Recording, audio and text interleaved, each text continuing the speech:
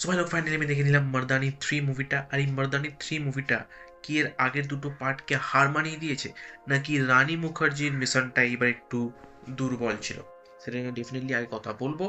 But প্রথমে যদি Mardaani 3 story নিয়ে হালকাভাবে কথা বলি উইদাউট স্পয়লার, তো এই মর্দানি 3 মুভির ভেতর আমরা দেখতে পাই দুটো মেয়েকে কিছু লোক কিডন্যাপ করে নিয়ে চলে যায়, আর এই কেসটা ডাইরেক্ট চলে যায় রানী মুখার্জির হাতে। অ্যান্ড উনি যখন এই কেসের তদন্তে নামেন, তখন আমরা জানতে পারি যে শুধুমাত্র কিছু লোক নয়, টোটাল একটা গ্যাং আছে এর পিছনে, যার একটা গ্যাং লিডারও আছে।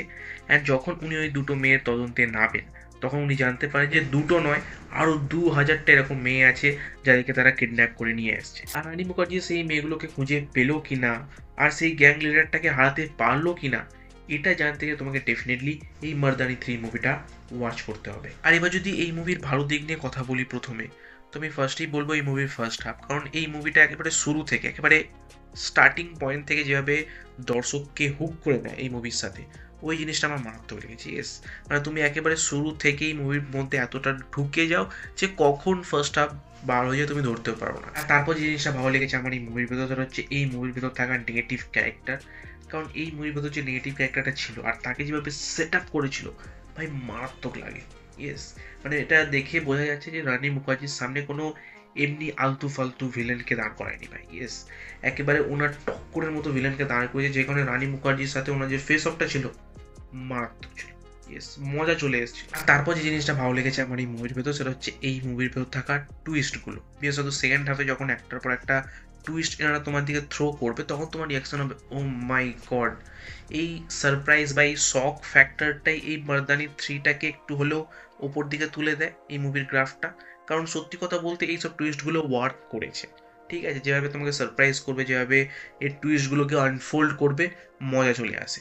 ইয়েস, মানে কোনো দিক থেকেই এই মুভির স্টোরিটা একেবারে প্রেডিক্টেবল নয়। তো এগুলো তো গেল ভালো দিকের কথা। বাট এবার যদি নেগেটিভ পয়েন্টসের কথায় আসি, তো আমি শুরুতেই বলেছি যে এই মুভির ভেতর ওরা যেভাবে ভিলেনটাকে সেট আপ করেছে, ইয়েস, মজা চলে আসে সেটা দেখে।